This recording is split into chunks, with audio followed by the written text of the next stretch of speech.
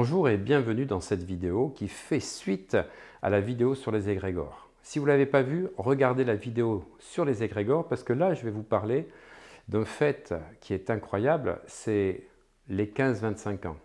Une génération qui est abîmée par la crise, je dirais plus par les crises.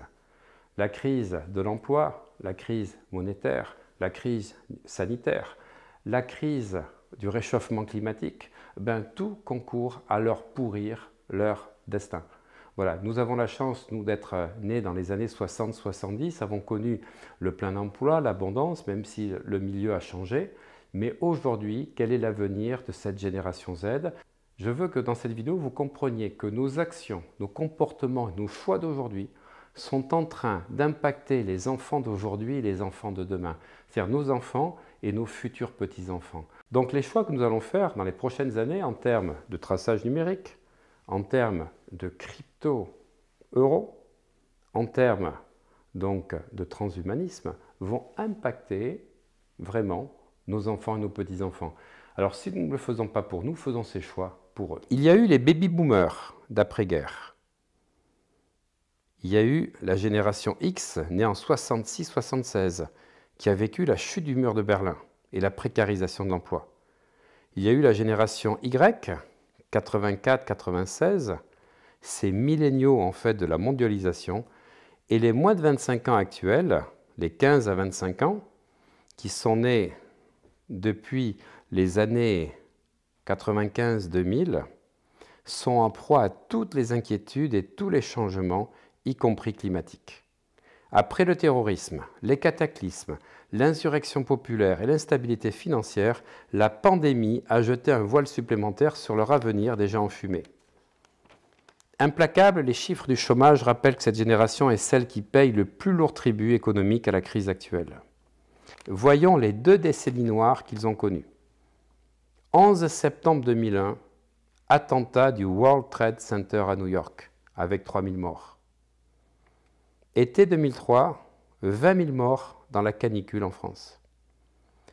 Août 2005, l'ouragan Katrina dévaste la Louisiane et le Mississippi.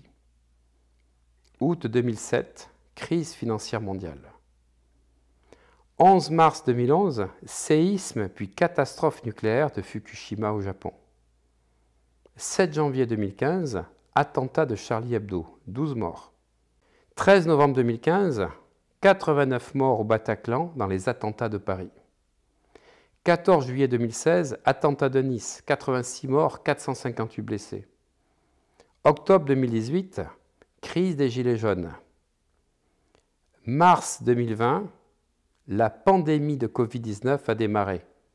Je ne sais pas quand est-ce que cette pitrerie va s'arrêter, mais vous comprenez que cette décennie noire continue. En fait, en avril 2021, l'augmentation de chômage des moins de 25 ans était de plus 30%. On fait payer quelque chose de très lourd à cette génération, mais c'est une génération qui n'arrive plus à se projeter, qui reste dans le temps présent, parce qu'elle essaie de s'adapter en permanence. Il va y avoir des lendemains très compliqués, c'est certain, mais le travail n'est plus le centre de leur vie. Ils ont des valeurs, mais ce ne sont pas des révolutionnaires comme les 68 arts. Ils se mobilisent souvent en réaction à quelque chose. Ce ne sont pas des théoriciens, ils sont beaucoup dans le faire et ont une grande diversité de centres d'intérêt.